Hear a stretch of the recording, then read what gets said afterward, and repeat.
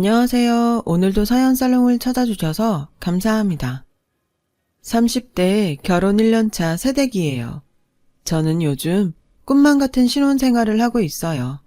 당연히 결혼한 지 얼마 안 돼서이기도 하지만 저에겐 성실하고 다정한 남편, 그리고 제 일이라면 무조건 오케이라는 시부모님이 계시기 때문이에요.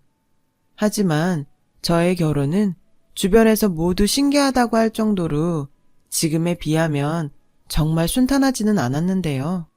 저희 이런 결혼 성공담을 이야기해 보고 싶어 이렇게 사연을 보내봅니다.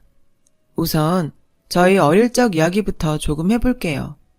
저는 외할아버지 손에 자랐어요. 외할아버지와 살기 전엔 엄마와 단 둘이 살았어요. 제가 초등학교에 막 입학할 무렵에 엄마가 퇴근하시는 중 뺑소니 사고를 당하셔서 하늘나라에 가시게 되었어요. 그리고 전 유일한 가족인 외할아버지 손에 맡겨졌어요. 지금도 이상하게 그때의 기억은 너무나 또렷해요. 그날은 엄마가 퇴근하고 오면 치킨을 시켜주시겠다고 약속한 날이었어요. 그때 당시 다른 아이들도 비슷하겠지만 제가 세상에서 가장 좋아하는 음식이 양념치킨이었거든요. 치킨 먹을 생각에 잔뜩 기대에 부풀어 엄마를 기다리는데 저녁 8시가 넘고 9시가 되어가는데도 엄마가 집에 돌아오지 않자 어린 마음에도 기분이 싸했어요. 불안한 마음에 아무리 전화를 걸어도 엄마는 받지 않았고 그렇게 한참 배가 고픈 것도 있고 불안에 떨고 있을 때 경찰 아저씨가 저희 집에 전화를 하셨어요. 전혀 실감나지 않는 이야기를 어렵게 꺼내시는데 그 순간 멍해져서는 이상하게도 그 뒤로는 아무런 기억도 나지 않아요. 그냥 어린 제가 불안을 꾸역꾸역 참으며 시계와 현관문을 계속 번갈아 봤던 그때만 또렷하게 기억이 남아있을 뿐이에요. 정신을 차렸을 땐 전 외할아버지 손을 잡고 외할아버지 집에 가고 있었어요. 외할머니는 이미 돌아가신 지 오래라 외할아버지 혼자 살고 계셨는데 제가 살던 집과는 달라서 당황했어요. 할아버지의 집은 낡은 집은 아니었지만 제가 살았던 집보단 오래된 집이었어요. 그때 당시 저희 외할아버지는 직업이 환경미화원이셨어요. 지금 생각해보면 할아버지는 정말 깔끔한 사람이었죠. 언제나 단정한 옷차림을 하고 다니셨고 정말 매너가 좋은 분이셨어요. 부모님이 없다는 현실을 깨닫게 된 건 초등학교 입학식이었어요. 아무리 둘러봐도 할아버지와 함께 입학식에 온 건 저 혼자였으니까요. 다른 친구들과 비교하면 당연히 티가 날 수도 있었지만 할아버지는 예쁜 새 옷을 입히고 새 가방을 매서 갔거든요. 그날 할아버지는 다른 아이들을 유심히 바라봤어요. 부모 없는 티를 내지 않기 위해서인지 할아버지는 남들보다 더 신경을 많이 써서 학교에 보냈어요. 어쩌면 외할머니라도 살아계셨다면 할아버지가 조금 편하시지 않을까라고 생각했어요. 저희 외할아버지 성격이 근검절약하셔서 저희 집엔 새로 사는 물건보다 할아버지가 주워오는 게 많았어요. 또 어찌나 손재주가 좋으신지 웬만한 고장난 물건은 할아버지 손이 닿기만 하면 뚝딱 고쳐지곤 했어요. 하지만 제게 관련된 일이라면 무조건 새 것으로 사주셨어요. 계절마다 예쁜 옷을 사서 입히셨고 2달에 한 번은 꼭 미용실에 데려가 머리를 했어요. 같은 반 친구들보다 항상 깔끔하고 세련되게 학교를 다녔죠. 사춘기가 돼서 할아버지가 저를 위해 얼마나 많은 고생을 하는지 조금씩 깨닫게 되자 무조건 성공하고 싶었어요. 제 나이에 할 수 있는 일은 공부밖에 없다는 걸 어느 순간 느꼈어요. 그래서 죽기 살기로 공부만 했어요. 주변 어른들은 무슨 애가 그렇게 공부 욕심이 많냐고 부러워하고 칭찬도 해주셨지만 사실상 제가 장학금을 받지 못하면 저는 대학을 갈 수 없다고 생각해서 절박한 심정으로 오로지 공부에만 매달렸던 거예요. 그 결과 학원 한번 다니지 않고 과외 한번 하지 않고도 전교 1, 2등을 다투는 모범생이 되었고 내신에 수능까지 잘 봐서 원하는 S대 법학과를 장학생 자격으로 입학하게 되었어요. 순전히 저 혼자의 힘으로 이루어낸 결과에 어깨가 으쓱했어요. 그런데 할아버지는 제가 그 좋은 대학을 전액 장학금으로 갔는데도 다른 날과 별반 다르지 않게 저를 대하셨고 그날은 그게 좀 서운하더라고요. 다른 집이면 지금 난리가 나도 여러 번 난리가 났을 텐데 만약 엄마가 돌아가시지 않았다면 얼마나 좋아하셨을까 그런 생각이 들자 저는 가장 기쁜 날인데도 눈물이 멈추지 않았어요. 그때였어요. 저희 집 초인종이 띵동 하고 울렸고 곧이어 맛있는 양념치킨 냄새가 제 코를 찌르는데 제 배는 분위기 파악도 하지 못한 채 꼬르륵거리는 거 있죠. 할아버지는 저에게 너 좋아하는 양념통닭이다. 내가 너 해줄 건 없고 이거나 맛있게 먹어라 하시며 당신은 치킨 한 조각도 드시지 않았어요. 괜히 치킨 무만 열심히 드셨죠. 할아버지도 좀 드세요. 아니야, 난 닭고기 안 좋아해. 난 이 무가 맛있더라. 너 많이 먹어. 저는 나중에 할아버지가 제 대학 합격 소식을 듣고 너무 좋아서 동네방네 자랑을 하셨다는 사실을 치킨집 사장님한테 듣게 되었어요. 치킨집 사장님 딸이 사실 저와 1, 2등을 다투었던 라이벌이었거든요. 사장님의 말씀에 따르면 저희 할아버지는 한껏 들뜬 모습으로 나타나 이렇게 외치셨대요. 우리 손녀가 제일로 좋아하는 양념통닭 토실토실한 놈으로 한 마리 주쇼. 아, 치킨무도 많이 주고. 저는 그 말을 듣는데 그날 치킨은 안 좋아하고 치킨무가 맛있다며 그것만 드셨던 할아버지가 떠올라 가슴이 먹먹했어요. 좋아하지도 않고 좋았던 기억도 없는데 이상할 정도로 저는 그 후로 할아버지만 떠올리면 가슴이 먹먹해졌어요. 할아버지는 대학에 가까운 자취방으로 떠나는 저를 배웅하시면서 이렇게 말씀하시더라고요. 지연아, 그동안 할아버지가 못해준 게 많아서 참 미안해. 창피한 일이지만 난 널 어떻게 키워야 하는지 전혀 몰랐어. 근데 넌 스스로 뭐든 할 수 있는 아이여서 난 더 해줄 게 없었단다. 지금 생각해보면 고마웠지만 그만큼 너 혼자 애쓰게 해서 할애비가 미안하다. 가서 공부 열심히 하고 꼭 반듯한 법관이 되거라. 부족한 할애비 밑에서 잘 커져서 고맙다.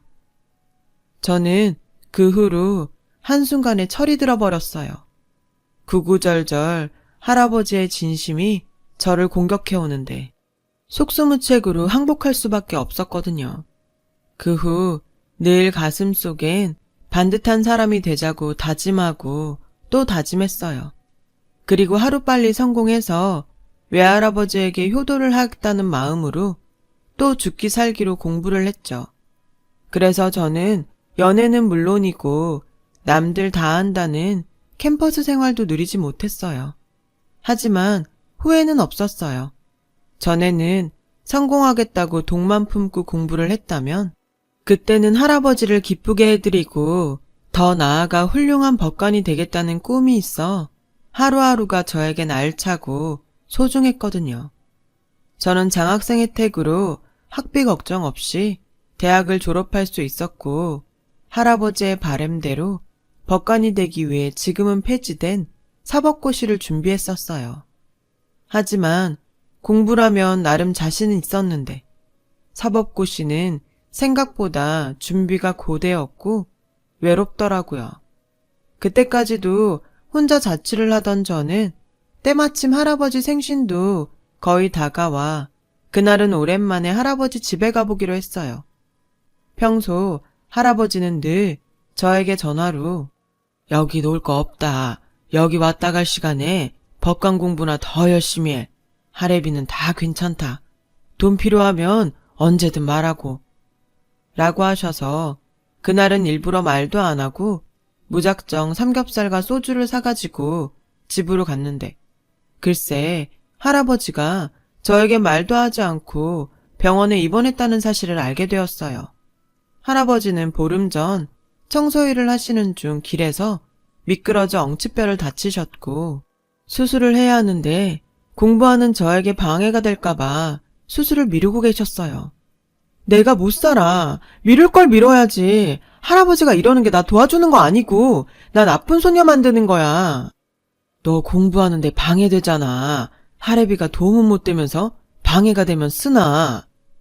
만약에 내가 할아버지처럼 병원에 입원했는데 할아버지한테 미안해서 연락도 못하고 수술 동의서도 못 받아서 수술도 못하고 있으면 할아버지는 어떨 것 같아? 아니 그게 무슨 미안할 게 따로 있지. 그거 봐요. 내가 아까 집에 가서 얼마나 놀랐는지 알아? 치킨집 사장님이 얘기 안 해주셨으면 공부고 뭐고 내가 걱정돼서 공부가 됐겠어? 알았어. 그만 혼내. 오랜만에 봐서 반가워 죽겠는데 계속 혼만 내냐? 속상해서 그러지. 그러지 말고 우리 손녀 공부는 잘 돼가냐? 할애비가 내일 또 양념통닭 사주랴? 오랜만에 본 할아버지는 많이 야위셨지만 저를 오랜만에 봐서인지 연신 허허 웃으시며 저에게 다정하게 말씀하셨어요. 어릴 땐 늘 할아버지가 과묵하고 무섭다고 생각했는데 지금 보니 할아버지는 오히려 정반대로 아이 같고 다정한 분이셨어요. 할아버지의 수술은 걱정했던 것보다 예후가 좋았지만 연세가 있으신 만큼 퇴원은 최대한 천천히 하기로 했어요. 할아버지는 병원비가 많이 나온다며 한사코 퇴원을 하신다고 했지만 할아버지를 옆에서 챙겨줄 사람도 없으니 그냥 병원에 계시라고 고집을 피웠어요. 알았어. 생전 고집이라고는 피울 줄 모르나 보다 했더니 지금 보니 지 엄마랑 고집 센 게 반박이구만. 내가 졌어. 알았으니까 넌 얼른 공부하러 가. 할아버지, 약속이에요. 돈 아깝다고 퇴원해서 다시 안 좋아지면 그게 더 비싸. 아셨죠? 저는 신신당부를 하고 공부를 하러 갔어요. 그리고 그날 저녁은 늦게까지 공부를 하고 자취방으로 돌아가는데 이상하게도 누군가 뒤에서 따라오는 기척을 느꼈고 주택가 골목 원룸에서 자취를 하던 전 슬슬 무서워지기 시작했어요. 누군가에게 전화를 걸면서 가면 좀 나을까 하고 핸드폰을 들어 연락처를 받지만 그동안 공부만 한 탓에 사적으로 전화를 할 곳이 마땅치 않았어요. 그렇다고 할아버지에게 전화를 걸 수도 없었고요. 저는 하는 수 없이 냅다 뛰기 시작했어요. 제 뒤를 천천히 따라오던 남자는 제가 갑자기 뛰어가자 자기도 뛰기 시작했고 치안이라는 확신이 든 저는 자취방 위치가 노출될까 두려워 전력 질주하며 동네 파출소를 찾아 뛰어갔어요. 도와주세요. 치안이 쫓아와요. 저는 숨을 헐떡이며 파출소에 들어가자마자 그렇게 외쳤어요. 그랬더니 어떤 젊은 순경이 저에게 다가와 괜찮냐고 물었고 파출소 밖을 나가 치안으로 의심되는 사람을 찾는 듯 보였어요. 5분쯤 지났을까? 순경은 다시 파출소로 들어왔고 물 한 잔을 저에게 건네며 괜찮다고 저를 진정시켜 주었어요. 그리고 아주 고맙게도 저희 자취방까지 저를 데려다 줬고 자신의 연락처를 알려주며 늦게 집에 들어갈 때 미리 연락하면 버스 정류장에서 자취방까지 동행해 주겠다고 했어요. 어찌나 고맙고 든든하던지. 이 사람이 바로 지금의 저의 남편이에요. 저는 그 후로 늦은 시간엔 밤길을 다니지 않는데요. 남편은 그런 제가 늘 마음에 걸려서 근무일이 아닌 날에도 밤에는 일부러 저희 동네 순찰을 자처했다고 했어요. 그러던 중 설상가상으로 뭐 집어갈 것도 없는 제 자취방에 도둑이 들었고 놀란 마음에 112에 신고를 했더니 신기하게도 남편이 저희 집에 출동했더라고요. 저희는 그렇게 인연을 맺게 되었어요. 남편은 늘 혼자 있는 저를 챙겼고 저를 챙겨주는 남편에게 호감을 가지며 본격적인 연애가 시작되었죠. 남편은 자기도 경찰 시험을 준비하면서 겪었던 경험이 있었기에 그야말로 물심양면 저를 도와주었어요. 그 무렵 병원에서 퇴원한 할아버지는 저희 반대에도 환경미화원 일을 하시겠다고 고집을 피우셨어요. 저는 그런 할아버지를 혼자 둘 수 없어서 다시 할아버지와 함께 살기로 결심했어요. 물론 할아버지는 제가 집에 돌아오는 것을 반대했어요.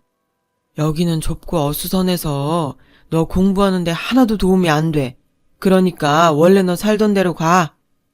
그러게 이참에 좀 치우고 살면 좋겠네. 아니, 왜 갑자기 여기로 온다고 난리야. 할애비 수술도 잘 끝났고 진짜 괜찮으니까 할애비 말 들어. 나도 괜찮다니까. 오히려 이젠 따로 살면 할아버지 걱정돼서 공부가 안 돼. 할아버지는 결국 손녀의 고집에 뜻을 굽히셨어요. 할아버지는 저 때문에 못 살겠다고 하셨지만 저는 분명 봤어요. 제 앞에서 등을 돌리시면서 살짝 올라가는 할아버지의 입꼬리를요. 저는 그 후 아이러니하게도 공부와 연애를 동시에 하면서 마음의 안정을 찾아갔습니다. 그 결과 저는 사법고시에 최종 합격하게 되었어요. 할아버지와 남편은 저희 합격 소식에 누구보다 기뻐했지만 세상 누구보다 기쁜 사람은 바로 저였어요. 앞으로 할아버지에게 호강을 시켜드릴 수 있다는 기쁨은 물론이고 여태껏 저를 챙겨준 남편과 결혼 이야기를 할 수 있다는 생각에 인생의 가장 큰 숙제를 마친 기분이 들었어요. 하지만 저는 또 여자 판사가 되기 위해 연수원에서도 긴장을 놓을 수 없었는데요. 그 무렵 남편이 저에게 정식으로 프러포즈를 해왔어요. 아직 연수원생인 저였지만 남편은 하루라도 빨리 저와 결혼하고 싶다고 했어요. 그때가 저희가 연애를 한 지 3년에 접어들고 있을 때였어요. 망설일 이유가 없었기에 좋다고 했어요. 하지만 저희의 결혼은 전혀 예상하지 못한 곳에서 브레이크가 걸려버렸는데 그건 바로 예비 시어머니의 반대였어요. 반대의 이유는 저희 가정 환경이었어요. 부모도 없이 할아버지의 손에 큰 것도 마음에 걸리고 환경미화원 일을 하는 할아버지의 직업도 시어머니는 탐탁지 않으셨던 거예요. 아무리 사법고시에 합격했어도 자라온 환경은 무시 못한다. 난 잘난 며느리보다 그냥 평범하고 예의 바른 며느리가 좋아. 그래야 너도 남편으로 대우받는 거야. 처음 남편에게서 반대 이야기를 들었을 땐 제가 가서 시어머니께 잘 보이면 저를 허락해 주실 거라고 생각했어요. 하지만 시어머니를 뵈러 간 날 그 생각이 얼마나 무모했는지 알 수 있었죠. 미안해요. 이런 표현에서 좀 그렇지만 난 사짜 며느리보다 어릴 때부터 보고 배운 게 많은 안정적인 며느리를 원해요. 또 사돈 직업이 청소부라는 것도 좀 그렇고. 아무튼 난 이 결혼 반대예요. 엄마, 이 사람 예의도 바르고 성격도 좋아요. 그리고 할아버지 직업까지 들면서 반대하는 건 좀 아니죠. 지금은 너도 엄마가 속물 같고 이상하겠지만 시간이 많이 지나면 너도 내 마음 알 거야. 아무리 요즘은 장서 갈등이니 뭐니 해도 처가는 있어야지. 안 그래? 네 아버지도 경찰 되고 네 외할아버지가 얼마나 든든한 뒷배가 되줬는데 그런 뒷배는 못 되어도 평범한 처가가 있다는 게 살면서 얼마나 힘이 되는 줄 아니? 저는 시어머니가 처가가 있어야 한다는 말씀에 할 말을 잃었어요. 외할아버지가 계시긴 하지만 부모가 없기에 그 순간 뭐라고 할 수가 없더라고요. 시어머니의 표현대로 힘이 돼줄 수 없는 저희 할아버지가 자꾸만 마음에 걸려 저는 마음이 아팠어요. 어쩌면 저는 제가 사법고시도 합격하고 연수원 생활을 하고 있으니 제 스스로 조건이 나쁘지 않다고 생각했던 것 같아요. 제가 잘나면 제 잘남으로 뭐든 다 커버할 수 있다고 자신만만했다가 전혀 예상하지 못한 이야기를 듣게 된 거죠. 남편은 그날 저에게 자기는 끝까지 어머니를 설득할 테니 다른 생각은 하지 말라고 저에게 신신당부했어요. 그리고 남편의 집에 인사를 간 걸 아는 할아버지는 풀이 죽은 제 모습에 제가 대학에 합격했을 때처럼 아무런 말도 하지 않으셨어요. 그저 당신이 유일하게 알고 있는 손녀 기쁘게 하는 방법인 양념통닭을 사오실 뿐이셨죠.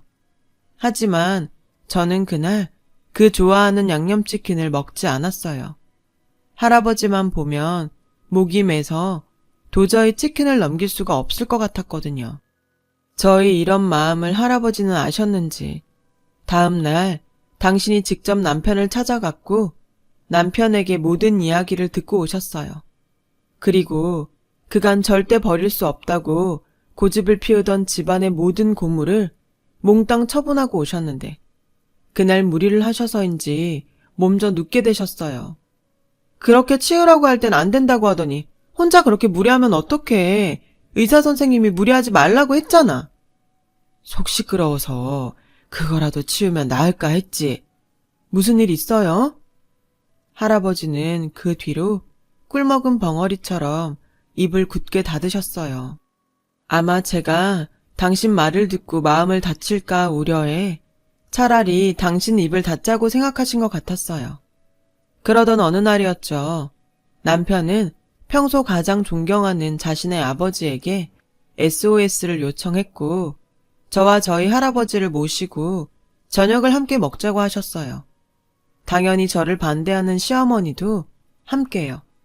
남편 말에 의하면 시어머니는 당신의 남편 말이라면 찍소리를 못 하셨는데 남편의 말을 듣고 사람을 그런 잣대로 판단하면 되겠냐고 시아버지께서 시어머니께 뭐라고 하시고 그냥 가볍게 식사라도 한번 하자고 하셨대요. 하지만 그날의 충격이 저에겐 컸는지 남편의 그 말에도 선뜻 나서고 싶은 마음이 들지 않더라고요. 오히려 저희 할아버지는 저에게 네가 뭐가 꿀려서 그래. 가서 당당하게 하고 싶은 말 다 해.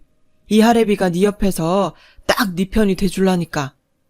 라며 가자고 하셨어요. 그렇게 내키지 않은 상견례 아닌 상견례 같은 날이 되었어요. 그래, 그날은 경황이 없어서 아무 말도 못했지만 오늘은 결혼 그까짓 거 못해도 그날 못한 말 다 하고 오자. 라는 심정으로 가게에 들어갔어요. 식당 안에 들어가니 아직 남편과 남편의 가족은 도착하지 않아서 할아버지와 단 둘이 룸에 앉아 있는데 글쎄 저희 할아버지는 저에게 한 말과 다르게 잔뜩 긴장하고 계시는 게 아니겠어요? 그 모습을 보는데 어찌나 마음이 절절해 오는지 나한테는 당당하게 하고 싶은 말 다 하라면서 할아버지는 왜 그렇게 떨어? 내가? 할애비 안 떨어. 에이, 잔뜩 긴장했잖아. 얘가 지금 뭐래? 아니야. 거참 사람들이 약속 시간을 안 지키네. 그때였어요. 문이 열리고 남편과 남편의 가족들이 룸에 들어오는데 그때부터 이미 시어머니의 얼굴은 내키지 않는다는 것은 물론이고 딱딱하게 굳어있는 게 보였어요. 저는 그 순간 이 결혼은 정말 어렵겠구나 하며 포기하게 되었는데 그 순간 저희 할아버지의 거칠지만 따뜻한 손의 온기가 제 손에 느껴졌어요. 당신 말대로 제 옆에서 제 편이 돼주겠다는 할아버지의 마음이 그 손에 고스란히 전해져 오는 것 같았어요. 그리고 그때 전혀 예상하지 못한 일이 벌어진 거예요. 가족 중 가장 늦게 도착한 시아버지께서 저희 할아버지를 보는 순간 무슨 이유인지 많이 놀라시는 것 같더니 그 자리에서 저희 할아버지에게 정말 갑자기 큰 절을 하시는 게 아니겠어요? 정작 저희 할아버지도 영문을 몰라서 어리둥절해 있는데 시아버지는 떨리는 목소리로 이렇게 말씀하셨어요. 저 기억 안 나세요? 제가 우리 애만 할 때 경찰 시험 보러 가야 하는데 신분증이랑 수험표 든 봉투 잊어버렸다고 쓰레기 더미에서 찾고 있었잖아요. 아, 그때 피죽도 못 먹은 것처럼 깡마른 총각이. 네, 저예요, 어르신. 그날 저 대신 그 많은 쓰레기 다 뒤지시면서 제 거 찾아주시고 시험장 늦는다고 택시 타고 가라고 택시비도 주셨잖아요. 그래, 생각나네. 그때 그 총각을 여기서 다 보는구만. 그래, 그때 시험은 어떻게 잘 봤나? 네, 그때 어르신 덕분에 저 그날 시험 무사히 치르고 합격해서 지금 이렇게 경찰밥 먹고 잘 살고 있습니다. 잘 됐구먼. 어쩐지 내가 자네 아들 보고 자네 생각이 종종 났어. 경찰이라고 해서 그런가 자꾸 자네를 닮았다는 생각이 들었는데 세상이 참 좁네. 할아버지 말대로 신기한 인연이었어요. 시아버지는 그날 시험을 거의 자포자기하고 있었대요. 저희 할아버지가 끝까지 해봐야지 사내가 벌써 포기하면 쓰냐고 그날 치운 쓰레기를 몽땅 다시 바닥에 쏟고 수험표가 든 봉투를 찾으셨답니다. 그리고 난 보다시피 청소분에 더러운 걸 치우고 나면 그렇게 뿌듯할 수가 없어. 자네는 더러운 이 세상을 치우는 청소부가 돼주게. 세상이 깨끗해지면 또 얼마나 뿌듯하겠는가. 시아버지는 저희 할아버지의 그 말을 단 한순간도 잊은 적이 없다고 하셨어요. 진급할수록 세상의 유혹은 많았지만 할아버지의 말이 그런 유혹을 모두 막아주는 부적과도 같았다고 하셨죠. 그날 저희 시어머니는 저에게 미안하다고 사과하셨어요. 보고 배운 게 없을 거라고 자기 멋대로 생각해서 미안하다고요. 이렇게 훌륭한 할아버지 밑에서 자라고 그 어려운 사법고시도 합격한 저를 누가 마다하겠냐며 미안하고 고맙다는 말을 몇 번을 하셨는지 몰라요. 그날 이후 모든 것이 변했어요. 시부모님은 혼수는 전혀 필요 없다고 그저 연수원만 무사히 마치라고 배려해 주셨고 저는 사법연수원을 나온 다음 날 결혼식을 올리게 되었어요. 시어머니는 다른 사람이 친정엄마라고 오해할 만큼 온 마음을 다해 저를 챙겨주셨고 시아버지는 제가 민망할 정도로 제 자랑을 쉴 새 없이 하셨어요. 그리고 저희 유일한 가족인 할아버지는 혼주석에 홀로 앉으셔서 촉촉한 눈으로 저를 흐뭇하게 바라보셨는데요. 저는 지금도 할아버지의 주름들 사이로 환하게 웃던 그 미소를 잊을 수가 없어요. 엄마의 갑작스러운 죽음으로 할아버지에게 맡겨져 제가 세상에서 가장 불행하다고 생각했는데 사실은 우리 할아버지여서 너무나 감사한 일이었어요. 저는 부끄럽게도 태어나 할아버지에게 한 번도 사랑한다는 말을 하지 않았어요. 사춘기 때는 전혀 그런 마음이 없었고 커서는 그 말을 안 해봐서 부끄러워하지 않았는데 이상하게 그날은 그 말을 하지 않으면 후회할 것 같은 기분이 들었어요. 그래서 신혼여행을 가기 전 그 말을 꼭 하려고 했는데 아가, 이거 신혼여행 가서 써라 라며 할아버지가 먼저 다가와 저에게 봉투를 내미시는 거예요. 봉투에 적힌 우리 손녀 결혼 축하한다. 할아버지가 많이 사랑해. 라는 할아버지의 글씨를 보는 순간 저는 어떤 폭풍같이 몰아쳐오는 감정에 울컥해서 눈물을 터뜨리고 말았어요. 그리고 제 눈물에 마치 도미노처럼 한 사람 한 사람 눈물을 흘리기 시작하는데 정말 제 결혼식은 눈물의 바다가 되어버렸어요. 지금도 가족 행사가 있으면 할아버지를 비롯한 저의 가족들은 그날의 일을 해프닝처럼 말하곤 해요. 이런 게 추억이고 이런 게 유대관계인 거겠죠. 저는 최근에 새내기 검사가 되었어요.